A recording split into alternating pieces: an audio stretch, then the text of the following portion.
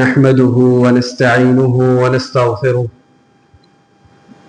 ونعوذ بالله من شرور أنفسنا ومن سيئات أعمالنا من يهده الله فلا مضل له ومن يضلله فلا هادي له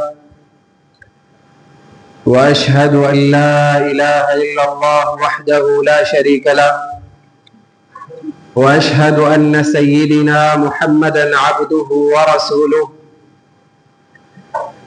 أعوذ بالله من الشيطان الرجيم بسم الله الرحمن الرحيم يا أيها الذين آمنوا اتقوا الله حق تقاته ولا تموتن إلا وأنتم مسلمون يا أيها الناس اتقوا ربكم الذي خلقكم من نفس واحدة وخلق منها زوجها وبث منهما رجالا كثيرا ونساء واتقوا الله الذي تساءلون به والأرحام إن الله كان عليكم رقيبا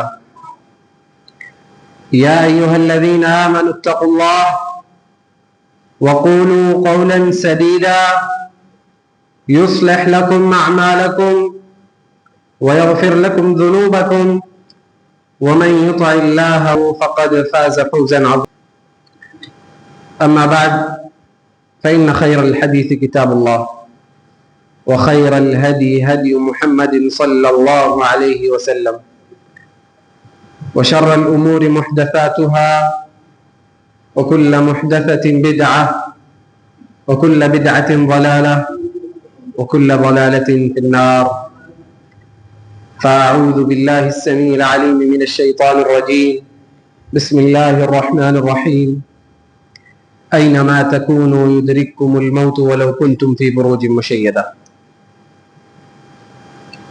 تمام قسم کی تعریف، ہر قسم کی عبادات اس وحدہ لا شریک کے لیے ہیں جو تمام جہانوں کا رب ہے. سبحان اللہ و بحمدہ سبحان اللہ العظیم. اور بے حساب لا تعداد درود و سلام ہو پیارے نبی حضرت محمد مصطفیٰ صلی اللہ علیہ وسلم پر، جنہیں رب العالمین نے رحمت للعالمین بنا کر اس دنیا میں مبعوث کیا. علیہ افضل الصلاۃ والتسلیم. معزز حاضرین جمعہ، عزیز ساتھیوں اور پردہ نشین ماؤں بہنوں، ابھی خطبہ مسنونہ کے بعد جو آیت کریمہ میں نے تلاوت فرمائی ہے، وہ آیت کریمہ، اس آیت کریمہ کے اندر جو نصیحت، جو عبرت اللہ تعالیٰ نے رکھی ہے، اگر کوئی شخص اپنے دلوں کے کان سے سنے اور اسے سمجھنے کی کوشش کرے تو اس نصیحت سے بڑھ کر نصیحت اور کچھ نہیں ہو سکتی. اللہ تعالیٰ قرآن مجید کے اندر ارشاد فرماتا ہے اینما تکونوا یدرککم الموت. تم جہاں کہیں بھی ہوگے موت تمہیں آ کر رہے گی. موت سے تمہیں مفر نہیں ہے، موت سے تم نہیں بچ سکتے. اینما تکونوا یدرککم الموت ولو کنتم فی بروج مشیدہ. اگرچہ تم یہ سوچے بیٹھے ہو کہ مضبوط قلعوں کے اندر ہم بند ہو جائیں گے، لوہے کی دیوار چنوا لیں گے اور اس کے اندر بند ہو کر بیٹھ جائیں گے، موت سے بھاگ لیں گے، موت سے بچ جائیں گے، تو ایسا ہرگز نہیں ہوگا. وَلَوْ كُنْتُمْ فِي بُرُوجٍ مُشَيَّدَةٍ. اگرچہ تم مضبوط قلعوں کے اندر ہی کیوں نہ ہو، محلوں کے اندر کیوں نہ ہو، موت تمہیں آ کر رہے گی. موت سے کسی کو مفر حاصل نہیں ہے. جو شخص بھی اپنی ماں کے پیٹ سے ہو کر اس دنیا کے اندر آیا ہے، ماں کے پیٹ میں اسے زندگی ملی ہے، اس پیٹ سے نکل کر ایک دن اس قبر کے پیٹ میں اسے جانا ہی جانا ہے. موت سے اسے کوئی مفر حاصل نہیں ہے، چاہے وہ کتنا ہی امیر دولت مند شخص کیوں نہ ہو اور چاہے کوئی کتنا ہی غریب لاچار انسان کیوں نہ ہو. موت سے مفر نہیں حاصل ہے. اس مٹی سے تمہارا سفر شروع ہوا ہے اور اس مٹی پر ہی تمہارا سفر ختم ہوگا، اور پھر دوسرا سفر جو آخری سفر، حقیقی سفر، منزل جو تمہاری ملنی ہے وہ اس مٹی میں دفن ہونے کے بعد ہی ملنی۔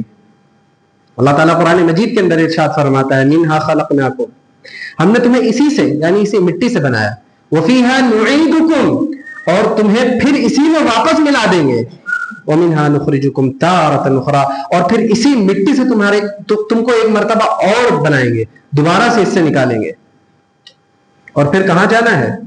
وَإِلَى اللَّهِ الْمَصِيرُ، اور اللہ تعالیٰ کی طرف واپس لوٹ کر جانا ہے۔ سامعین کرام، اس موت سے کوئی بھی انسان بچ نہیں سکتا ہے۔ اس موت نے کتنے ظالموں جابروں کو مٹی میں ملا دیا، اس موت نے کتنے بادشاہوں، کتنے شاہوں کے تخت کو چھین لیا، اس موت نے کتنی ماؤں کی گود کو خالی کر دیا، اس موت نے کتنے نوجوانوں کی نوجوانی چھین لی، اس موت نے عزت داروں کی عزت کو مٹی میں ملا دیا، اس موت نے کتنی حسیناؤں کے حسن کو ملیا میٹ کر دیا، لیکن اس موت سے کوئی بچ نہ سکا۔ ایک نہ ایک دن ہر شخص کو مرنا ہے۔ آج شیطان ہمیں ورغلاتا ہے،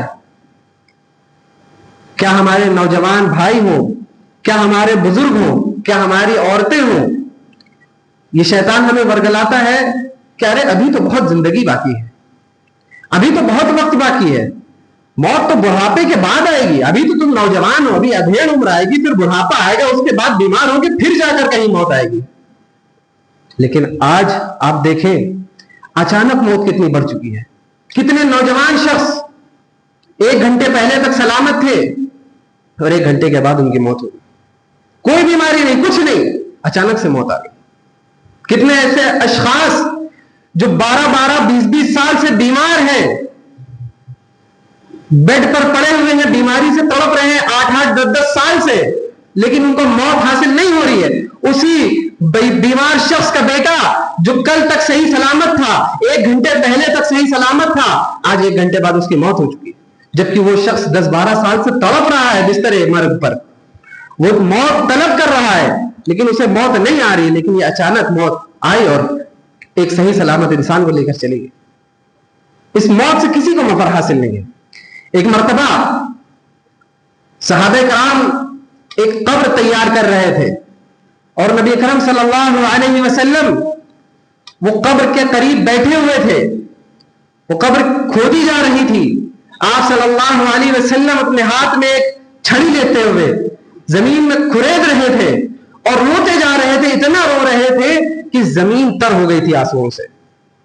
وہ کہنے لگے، نبی کریم صلی اللہ علیہ وسلم فرماتے ہیں یا اخوانی لمثل هذا فاعدوا، یا اخوانی لمثل هذا فاعدوا، کہ میرے بھائیوں اس قبر کی زندگی کے لیے تیاری کر لو، اے میرے بھائیوں، اے میرے صحابیوں، اے میرے بھائیوں، اس قبر کی زندگی کے لیے تیاری کر لو۔ لمثل هذا فاعدوا، اس شخص کے لیے اور کوئی نصیحت ہو ہی نہیں سکتی جو شخص ایک کفن میں لپٹے ہوئے مردے کو دیکھ کر اسے اپنی موت کی یاد نہ آئے، ایک جنازے کو گزرتے ہوئے دیکھ کر اسے اللہ کا ڈر نہ ستائے، اسے اپنی زندگی کا محاسبہ نہ یاد آئے، اس شخص کے لیے کچھ ہو ہی نہیں سکتا۔ وہ شخص اللہ کو بھلا چکا ہے، وہ شخص اللہ کے ساتھ ظلم کر رہا ہے، اپنے نفس پر ظلم کر رہا ہے، وہ شخص اللہ کے ساتھ بغاوت کر رہا ہے، کیونکہ جو شخص موت سے نصیحت حاصل نہیں کرتا، کفن میں لپٹے ہوئے جنازے کو دیکھ کر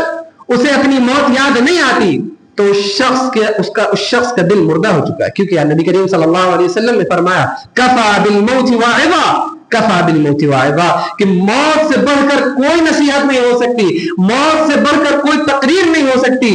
آج ہم پروگراموں میں جاتے ہیں، تقریریں سنتے ہیں، گھنٹہ گھنٹہ بھر لوگوں کے بیانات سنتے ہیں، لیکن نبی کریم صلی اللہ علیہ وسلم نے فرما دیا کفا بالموت واعظا، موت سے بڑھ کر کوئی نصیحت ہو ہی نہیں سکتی، موت سے بڑھ کر کوئی عبرت حاصل کرنے والی چیز ہو ہی نہیں سکتی۔ وما جعلنا لبشر من قبلك الخلد، آج ہم سوچتے ہیں کہ موت سے ہمیں ابھی مفر حاصل ہے، ابھی ہمیں موت نہیں آنے والی ہے۔ اگر کسی شخص کو اس دنیا کے اندر ہمیشگی دی گئی ہوتی، تو اس کے سب سے پہلے حقدار انبیاء کرام تھے.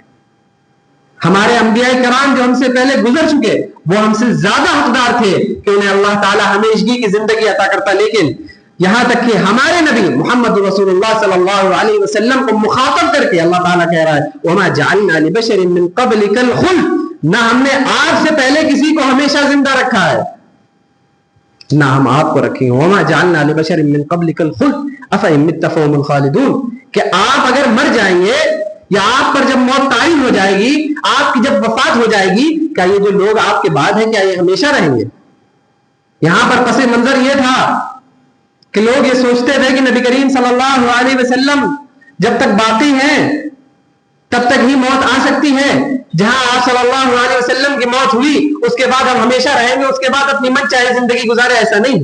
نہ ہی آپ نبی کریم صلی اللہ علیہ وسلم سے پہلے کسی کو ہمیشگی کی زندگی دی گئی ہے، نبی کریم صلی اللہ علیہ وسلم کو دی گئی، نہ ان کے بعد آنے والے کسی کو دی جائے گی. انک میت وانہم میتون. آج بہت سے لوگ کہتے ہیں کہ نبی اکرم صلی اللہ علیہ وسلم وفات نہیں پائے ہیں، انہیں موت نہیں آئی ہے بلکہ پردہ فرما گئے. اللہ تعالیٰ قرآن مجید کے اندر کہہ رہا ہے انک میت، آپ موت پانے والے ہیں، آپ میت ہیں. انک میت وانہم میتون، آپ بھی میت ہیں، آپ کو بھی موت آنی ہے، آپ بھی وفات پائیں گے اور آپ کے بعد آنے والے لوگ بھی موت پائیں گے. اس موت سے کسی کو مفر حاصل نہیں ہے. سامعین کرام، یہ موت اتنی بڑی واعظ ہے کہ آج آپ دیکھ رہے ہیں اچانک موتیں اتنی بڑھ گئی ہیں. اور یہ کیا ہے؟ یہ قیامت کی ایک نشانی ہے. نبی کریم صلی اللہ علیہ وسلم نے فرمایا تھا کہ قیامت کے قریب کا جو وقت ہوگا اس وقت میں اچانک موت بڑھ جائے گی. اچانک والی موت، جو اچانک سے موت آ جاتی ہے. اور یہ اس سے نبی کریم صلی اللہ علیہ وسلم نے پناہ مانگی ہے، اس سے پناہ مانگی ہے. کیوں؟ وجہ یہ ہے کہ انسان بیمار ہوتا ہے تو اسے کچھ تھوڑا بہت وقت مل جاتا ہے اپنے گناہوں کی معافی کرنے کا، یا کسی کے ساتھ ظلم کیا ہے اس نے، اس سے معافی مانگنے کا کچھ تھوڑا بہت وقت اسے اللہ کی طرف لوٹنے کا مل جاتا ہے. لیکن یہ اچانک موت کہ کچھ مہلت بھی نہیں دیتی ہے، اچانک سے موت آتی ہے. آج ابھی گناہوں میں لپٹا ہوا تھا اور اسی گناہ میں اسے موت آ جاتی ہے. یہ اچانک موت سے پناہ مانگی ہے اللہ کے رسول صلی اللہ علیہ وسلم. معزز سامعین کرام، نبی اکرم صلی اللہ علیہ وسلم نے فرمایا ہے اکثروا هذه اللذات عن الموت، کہ لذتوں کو ختم کر دینے والی چیز کو زیادہ سے زیادہ یاد کیا کرو. یعنی کیا؟ یعنی کہ موت. اللہ کی قسم واللہ، اس موت کو جو شخص یاد کر لے وہ ساری لذتیں اس کی ختم ہو جائے گی. اس موت کا تصور جب دماغ میں آتا ہے، جو ساری پریشانیاں دماغ میں چل رہی ہیں کہ ابھی مجھے یہ گاڑی خرید رہا ہے، ابھی مجھے فلانی جگہ جانا ہے، ابھی مجھے یہ کرنا ہے، وہ کرنا ہے، ایسے اپنی زندگی بسر کرنی ہے، ان لذتوں میں عیش و آرام سے جینا ہے.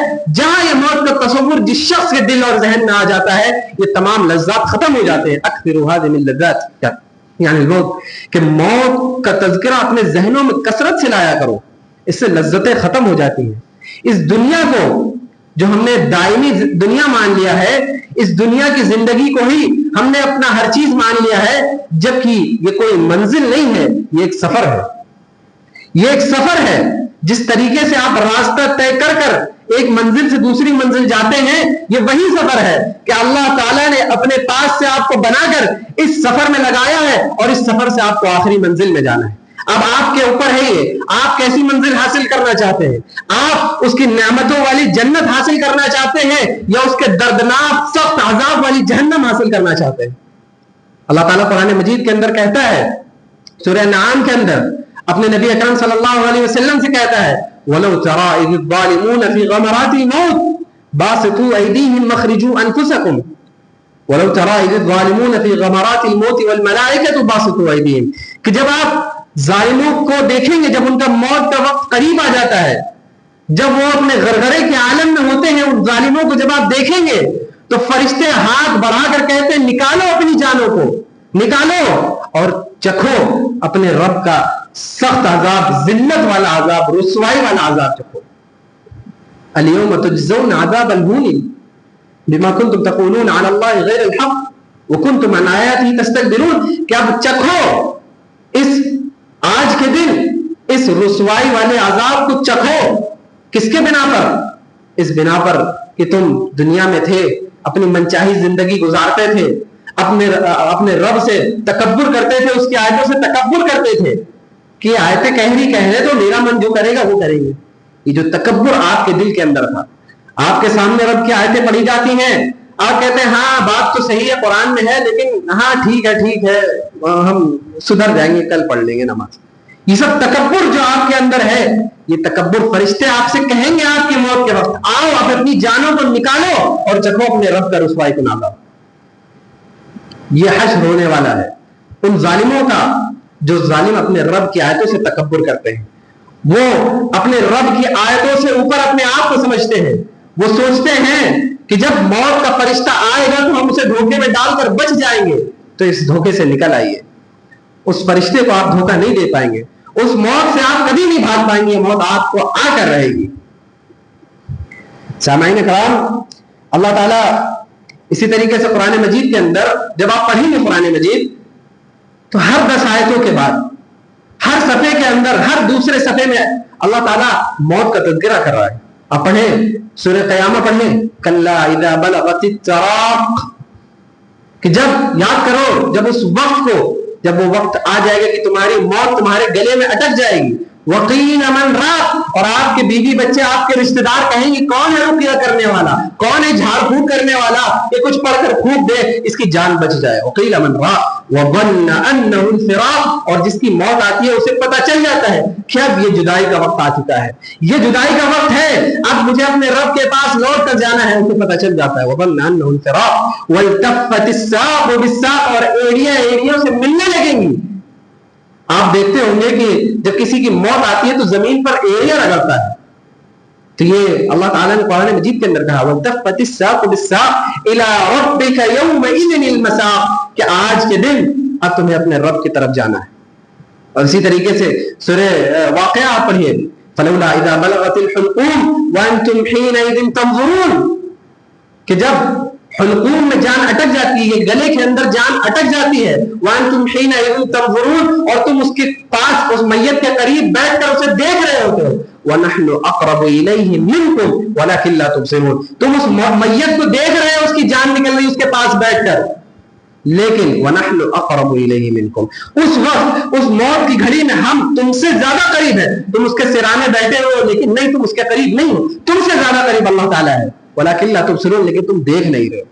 فَلَوْلَا إِن كُنتُمْ غَيْرَ مَدِينِينَ، اگر تم آخرت کے دن کو جھٹلاتے ہو، ترجعونها إن كنتم صادقين، کہ اگر تم آخرت کے دن کو جھٹلاتے ہو اور کہتے ہو قیامت نہیں آئے گی، ترجعونها إن كنتم صادقين، تو لاؤ اس کی جان واپس لا کر دکھا دو اگر تم سچے ہو. اللہ تعالیٰ چیلنج کر رہا ہے آپ کو، ترجعونها إن كنتم صادقين. فَأَمَّا إِن كَانَ مِنَ الْمُقَرَّبِينَ فَرَوْحٌ وَرَيْحَانٌ وَجَنَّةُ نَعِيمٍ. پھر اللہ تعالیٰ کہہ رہا ہے کہ اگر یہ شخص موت پانے والا یہ شخص اگر یہ اللہ تعالیٰ کا مقرب بندہ ہوگا، فَرَوْحٌ وَرَيْحَانٌ وَجَنَّةُ نَعِيمٍ، تو اس کے لیے بس اس وقت سے ہی جنت کی ہوائیں چلنے لگتی ہیں اس کے اوپر، اور اس کے لیے نعمتوں والی جنت ہے، جنت نعیم. وَأَمَّا إِن كَانَ مِنْ أَصْحَابِ الْيَمِينِ فَسَلَامٌ لَكَ مِنْ أَصْحَابِ الْيَمِينِ، کہ اگر اس کا یہ ان لوگوں میں سے ہے جس کا نامہ اعمال اس کے داہنے ہاتھ میں دیا جائے گا، فَسَلَامٌ لَكَ، تمہاری طرف سلامتی ہے تمہارے رب کی طرف سے. وَأَمَّا إِن كَانَ مِنَ الْمُكَذِّبِينَ الضَّالِّينَ، کہ اگر یہ شخص موت پانے والا یہ شخص ظالم ہے، گمراہ ہے، جھوٹوں میں سے ہے، فَنُزُلٌ مِّنْ حَمِيمٍ، تب اس کی مہمان نوازی ہوگی. لیکن کیسے مہمان نوازی؟ من حمیم، مہمان نوازی ہوگی گرم کھولتے ہوئے پانی کے ساتھ، پیپ کے ساتھ اس کی مہمان نوازی کریں گے اللہ تعالیٰ. فَنُزُلٌ مِّنْ حَمِيمٍ وَتَصْلِيَةُ جَحِيمٍ، کہ اس کا جو ٹھکانہ ہوگا وہ جہنم ہوگا. إِنَّ هَذَا لَهُوَ حَقُّ الْيَقِينِ، یہ ایسی بات ہے جو بالکل برحق ہے، واقعی حق ہے، اس میں رتی برابر بھی کوئی بھی جھوٹ نہیں، یہ بالکل ایسا ہے کہ ایسا ہونے والا ہے. اب اللہ تعالیٰ نے آپ کے اوپر یہ چوائس چھوڑ دی ہے کہ اب آپ جو چننا چاہے چن سکتے ہیں، کیونکہ یہ جو موت ہے یہ مومنوں کے لیے راحت اور سکون، اور ایسی ویسی سکون نہیں، یہ اتنی سکون والی موت ہے مومنوں کی کہ جب حضرت بلال رضی اللہ عنہ کی موت کا وقت آ گیا تھا تو وہ مسکرا رہے تھے. ان کے ساتھی جو تھے ان کے قریب بیٹھے ہوئے تھے، وہ کہنے لگے اے بلال کیا ماجرا ہے تمہارا کہ تم موت کے وقت میں مسکرا رہے ہو؟ بلال رضی اللہ عنہ کہتے ہیں کہ غدا نلقى الاحبہ، کل کے دن ہم اپنے محبوب ساتھیوں سے ملاقات کریں گے۔ نبی کرم صلی اللہ علیہ وسلم نے بھی فرمایا، اپنی ازواج مطہرات سے فرمایا کہ اسرعکن لحوقا باطولکن یدا، کہ تم میں سے میری موت کے بعد جو سب سے پہلے مجھ سے ملاقات کرے گی میرے بیویوں میں سے وہ ہوگی جس کے ہاتھ لمبے ہوں گے۔ اب آپ صلی اللہ علیہ وسلم کی وفات کے بعد ازواج مطہرات جمع ہوتی ہیں اور اپنا اپنا ہاتھ ناپنے لگتی ہیں، کس کا ہاتھ لمبا کس کا ہاتھ لمبا۔ تو حضرت سودا رضی اللہ عنہ جو تھی وہ لمبی تھی، تو ان کا ہاتھ لوگوں نے دیکھا کہ بہت لمبا ہے، یہ سب سے پہلے آپ صلی اللہ علیہ وسلم سے ملاقات کریں گے۔ لیکن حضرت زینب بنت جحش رضی اللہ عنہا وہ سب سے پہلے وفات پاتی ہیں۔ پھر پتہ چلتا ہے کہ یہ لوگوں میں صدقہ کرتی تھی، وہ ناٹی تھی قد کی، ان کا ہاتھ لمبا نہیں تھا، لیکن آپ صلی اللہ علیہ وسلم نے فرمایا کہ سب سے لمبا ہاتھ والی مجھ سے پہلے ملاقات کرے گی میرے موت کے بعد۔ تو پتہ یہ چلا کہ وہ صدقہ بہت کرتی تھی، بہت صدقہ کرتی تھی، کثرت کے ساتھ صدقہ کرتی تھی، اس وجہ سے وہ سب سے پہلے آپ صلی اللہ علیہ وسلم کے موت کے بعد ان سے ملاقات ہوئی۔ پتہ یہ چلا کہ مؤمنوں کے لیے یہ جو موت ہے یہ ایک عارضی جدائی ہے، لیکن جو ظالم و جابر ہیں ان کے لیے یہ دائمی جدائی ہے۔ موت کے بعد اگر آپ مؤمن بندے ہیں اللہ کے، اللہ تعالیٰ آپ کے بڑوں سے آپ کی ملاقات کروائے گا، آپ کے بزرگوں سے آپ کی ملاقات کروائے گا۔ اگر آپ کے بچے یا آپ کے والد یا آپ کی بیوی آپ سے پہلے وفات پا گئی ہے تو اللہ تعالیٰ عالم برزخ میں آپ کی موت کے بعد ان سے ملاقات کروائے گا۔ یہی وجہ ہے کہ نبی اکرم صلی اللہ علیہ وسلم نے فرمایا تھا کہ جب تم میں سے کوئی شخص اپنے بھائی کے کفن کی ذمہ داری لے تو اس کو اچھے کپڑے میں کفنائے، کیونکہ اسی کپڑے میں ایک دوسرے سے ملاقات کرتے ہیں۔ یعنی یہ جو مؤمن کی موت ہے یہ ایک عارضی جدائی ہے۔ اس موت کے بعد آپ کو اپنے محبوب لوگوں سے ملاقات کرنا ہے، لیکن شرط یہی ہے کہ آپ اللہ تعالیٰ کے مقرب بندے بنے، اللہ تعالیٰ کے مقرب بندے بنے، نہ کہ اللہ تعالیٰ کے باغی بنے۔ اگر آپ اللہ تعالیٰ کے باغی بنیں گے تو یہ آپ کی دائمی جدائی ہے، آپ کبھی بھی اپنے محبوب لوگوں سے ملاقات نہیں کر سکتے، آپ ہمیشہ کی ہمیش اس جہنم میں عذاب کھاتے رہیں گے، رسوا کن عذاب، دردناک عذاب، جس طریقے کا عذاب آپ تصور بھی نہیں کر سکتے اس طریقے کی سزائیں اللہ تعالیٰ آپ کو اس جہنم میں دے گا۔ لیکن اسی کے برعکس اگر آپ اللہ تعالیٰ کے مقرب بندے بننے کی کوشش کریں گے، اللہ تعالیٰ کا تقوی اپنے دل کے اندر رکھیں گے اور اس کے بعد موت کی طرف کریں گے۔ ایک بات یہاں پر غور کرنے لائق یہ ہے کہ اس دنیا کے اندر آپ اس دنیاوی پریشانیوں سے، دنیاوی مصیبتوں سے پریشان ہو کر اگر موت کی تمنا کرتے ہیں تو آپ حرام کام کر رہے ہیں، آپ ایسا نہیں کر سکتے، موت کی تمنا نہیں کر سکتے۔ لیکن اگر آپ اللہ تعالیٰ کی جنت چاہتے ہیں، آپ اللہ تعالیٰ سے ملاقات کرنا چاہتے ہیں، یہی وجہ ہے کہ حدیث اور اللہ کے رسول صلی اللہ علیہ وسلم نے حدیث کے اندر فرمایا کہ جو شخص اللہ سے ملاقات کے لیے طلب کرتا ہے، اللہ تعالیٰ کی ملاقات کو پسند کرتا ہے، اللہ تعالیٰ بھی اسے ملاقات کو پسند کرتا ہے۔ تو اگر آپ اللہ تعالیٰ سے ملاقات چاہتے اس کے بعد موت کی تمنا کر رہے ہیں تو یہ چیز جائز ہے۔ کیا دلیل ہے اس کی؟ نبی اکرم صلی اللہ علیہ وسلم دعا کیا کرتے تھے، وَإِذَا أَرَدْتَ بِعِبَادِكَ فِتْنَةً فَتَوَفَّنِي إِلَيْكَ غَيْرَ مَفْتُونٍ، کہ اے میرے رب، اے میرے پروردگار، اے میرے مالک، اِذَا أَرَدْتَ بِعِبَادِكَ، کہ اگر تو نے چاہا کہ تو اپنے بندوں کو فتنے میں مبتلا کر دے، فتنوں میں دوچار کر دے، فتنوں میں پھنسا دے، ان کی فتنوں میں آزمائش کر، فَتَوَفَّنِي إِلَيْكَ غَيْرَ مَفْتُونٍ، تو اللہ تعالیٰ اے میرے رب تو مجھے موت دے دینا اور اپنے پاس بلا لینا اس فتنے میں ڈالے بغیر۔ تو پتہ یہ چلا کہ آپ اللہ تعالیٰ سے ملاقات کے لیے، اللہ تعالیٰ کے ایسی چیزیں جو اللہ تعالیٰ کو ناراض کرنے والی ہیں اس سے بچنے کے لیے اگر آپ موت چاہتے ہیں تو یہ چیز جائز ہے۔ لیکن اگر آپ بیماری میں مبتلا ہو کر، اس دنیا کی پریشانیوں سے پریشان ہو کر موت کی تمنا کرتے ہیں تو آپ غلط کام کر رہے ہیں، حرام کام کر رہے ہیں، اللہ تعالیٰ کے احکام و فرامین کے برعکس کام کر رہے ہیں۔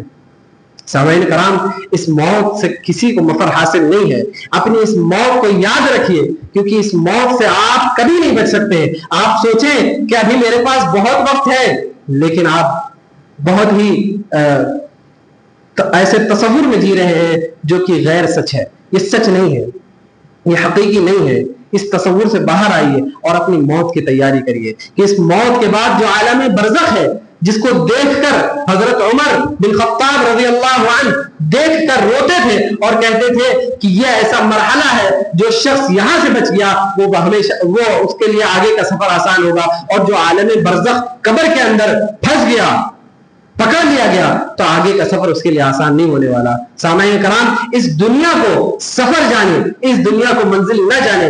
یہ دنیا ایسا سفر ہے جو آپ کی منزل سنوار سکتا ہے اور آپ کی منزل بگاڑ بھی سکتا ہے. تو اس دنیا کے سفر کو اس سفر کی طرح جیے کہ جس سفر سے آپ کی آخرت کی زندگی, ہمیشگی کی زندگی صحیح ہو جائے, نہ کہ اس سفر کو اس طریقے سے جیے کہ اس سفر میں مجھے آسائش و آرام مل جائے, آگے کی جو ہوگی دیکھی جائے گی, کیونکہ آگے کا سفر, آگے کی جو منزل ہے وہ بہت دردناک ہوگی. اور اس سفر, اس منزل کے اندر صرف اور صرف آپ یہ کاش اور وہ کاش کرتے رہ جائیں گے کہ کاش میں نے اللہ کی عبادت کر لی ہوتی, کاش میں نے اللہ کے لیے نمازیں پڑھ لی ہوتی, کاش اللہ کے لیے میں نے صدقہ کر لیا ہوتا. اور آپ اللہ تعالیٰ سے کہیں گے کہ اے میرے رب تو مجھے ایک موقع اور دے دے. اللہ تعالیٰ کہیں گے کلا, اب تمہیں کوئی موقع ملنے والا نہیں. یہ جو موقع ملا ہے اسے غنیمت جانیے. آپ کے پاس جو بھی وقت ہے, اگر آپ کے پاس ایک گھنٹہ بھی ہے, آپ کو یہ بات معلوم نہیں ہے آپ کی موت کب آنی ہے, اس کو آپ اللہ کی عبادت میں لگا دیجئے. اپنی زندگی کو, آخرت کی زندگی کو سنوارنے کی کوشش کریے, جدوجہد کریے. اس دنیاوی زندگی کو سنوارنے کی جدوجہد تو ہم بہت کرتے ہیں, لیکن آخرت کی زندگی کے بارے میں نہیں سوچتے. یہ 4 دن کی زندگی ہے, سامان 100 برس کا, پل کی خبر نہیں. موت سے آگاہ سب ہے. کسی شاعر نے کیا خوب کہا ہے کہ سامان 100 برس کا, پل کی خبر نہیں. کہ آج ہم سامان جو ہے بہت اکٹھا کر لیتے ہیں, جائیداد اپنی اکٹھا کرتے چلے جاتے ہیں, مال اپنا اکٹھا کرتے چلے جاتے ہیں, لیکن ہمیں اگلے پل کا خبر نہیں ہے کہ ہمارے ساتھ اگلے پل میں کیا ہونے والا ہے. ہم کمانے میں لگے ہوئے ہیں, لیکن ہمیں یہی نہیں پتا کہ اس کمائی کے لیے, جس چیز کے لیے ہم یہ کما رہے ہیں, کہ اس کمائی سے ہمیں کوئی فائدہ بھی ہوگا. کیونکہ اللہ تعالیٰ سورہ انعام کے اندر کہتا ہے وَلَقَدْ جِئْتُمُونَا فُرَادَا كَمَا خَلَقْنَاكُمْ أَوَّلَ مَرَّةٍ, کہ آج کے دن تمہارے پاس اکیلے آئے ہو, فرد آئے ہو, بالکل تنہا آئے ہو. کما خلقناکم اول مرہ, کہ جب ہم نے تمہیں پہلی مرتبہ پیدا کیا تھا تمہارے پاس کچھ نہیں تھا, اس طریقے سے ہی بالکل اپنے بدن پر کپڑے بھی نہیں ہیں تمہارے پاس, اسی طریقے سے تنہا آئے ہو, ننگے حالت میں اکیلے آئے, کچھ بھی نہیں. تم نے زمین کے اندر بڑی مال و دولت جائیداد اکٹھا کر لی تھی, بہت عزت کمائی تھی, بہت عہدے بنا لیے تھے, لیکن اب یہ عہدے کوئی کام کے نہیں, اب یہ مال کوئی کام کا نہیں. وَلَقَدْ جِئْتُمُونَا فُرَادَا كَمَا خَلَقْنَاكُمْ أَوَّلَ مَرَّةٍ, آج تم اپنے رب کے سامنے کھڑے ہو گئے تنہا, کوئی کام کا نہیں. تم سوچتے تھے کہ اب اس دنیا کے اندر اپنے تعلقات بنا لے کہ ہمارے شفاعت کر دیں گے, اب اس تعلقات کا بھی کوئی فائدہ نہیں تمہیں. کیوں؟ کیونکہ تم اپنے رب کے سامنے تنہا کھڑے ہو. سامعین کرام, اس موت کو ہمیشہ یاد رکھیے. اللہ تعالیٰ سے دعا ہے کہ الہ العالمین ہم تمام لوگوں کو کہنے سننے سے زیادہ عمل کرنے کی توفیق عطا فرما. یا رب العالمین, ہم کو موت سے, خواب غفلت میں جو ہم جی رہے ہیں اس خواب غفلت سے ہمیں بیدار کر دے. یا رب العالمین, ہم تمام مسلمانوں کے گناہوں کو معاف فرما دے. یا رب العالمین, ہم تمام مسلمانوں کو اسی طرح سے جنت الفردوس میں جمع فرما دے. یا رب العالمین, ہم تمام مسلمانوں میں سے جو بھی مقروض ہیں ان کے قرض کی ادائیگی میں ان کی مدد فرما دے. یا رب العالمین, ہم میں سے جو مسلمان بھائی پریشان حال ہیں ان کی پریشانیوں کو دور فرما دے. یا رب العالمین, ہم میں سے جو مسلمان بھائی بہن بیمار ہیں ان کی بیماریوں میں تو انہیں شفا یابی عطا فرما دے. آمین. اقول قولی ھذا واستغفر الله لي ولكم ولسائر المسلمين من كل ذنب فاستغفروه انه هو الغفور الرحيم.